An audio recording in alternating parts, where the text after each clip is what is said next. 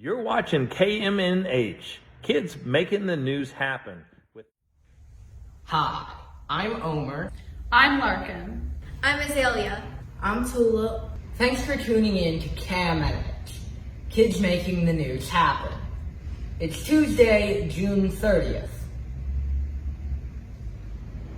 It's been hard to get people together safely for celebrations, what with the pandemic going on and everything, but the Cincinnati LGBTQ community has found a solution.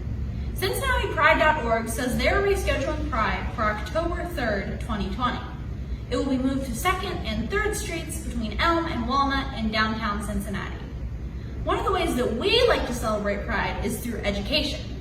One of our Happen teens did some research this month to combat misgendering and misinformation about pronouns. But first of all, what is a pronoun? The dictionary describes a pronoun as a word that can function by itself as a noun and a phrase. It refers to either you or someone or something elsewhere mentioned in the conversation. Some obvious examples would be he, him, or I, you. But when it comes to gender in relation to pronouns, it can get a little confusing. There is a lot to learn. Most people think that there are only 3 sets of pronouns: he, him, she, her, they, them. Turns out there are tons more. They are called neopronouns and have been dated back to the 1300s, but became much more well known in the late 20th century. Some examples of neopronouns and how to use them are sie, them, sie, and themself. Sie can go by themself.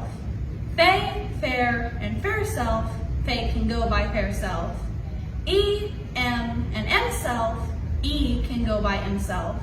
Thon, thons, and thon self, such as thon can go their thon self, and a, air self. A can go air self. But there are plenty more. Some people use multiple pronouns and alternate between them, and some people actually don't use any pronouns at all and just go by name or title. These pronouns might be strange and new to you, but it's important to learn and use people's proper pronouns so that we can support them in the LGBTQ community in a positive and educated way. If you want to learn more about pronouns, you can go to the LGBT Resource Center website.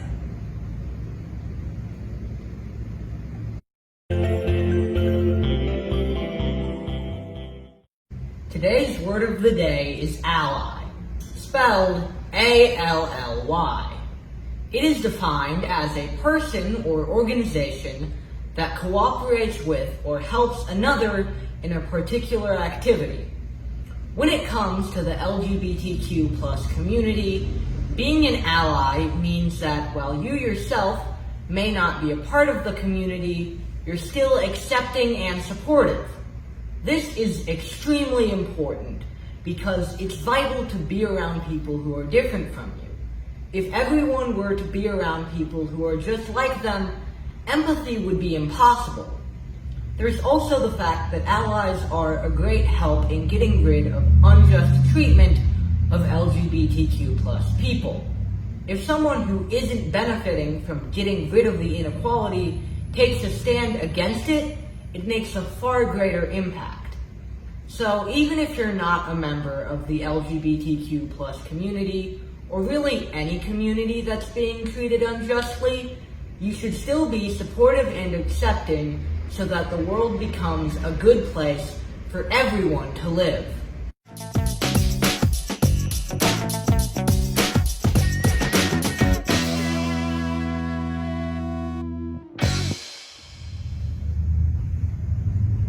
So today we have mostly rain and thunderstorms, but it will clear up for a hot but sunny next week.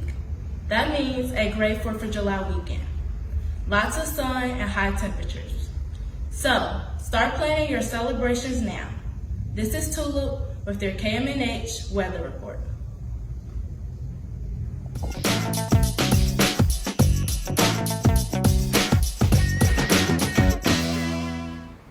It's going to be a holiday weekend without the 4th of July or the Northside Rock and Roll Carnival, but community organizers have decided to introduce Cincinnati protest art.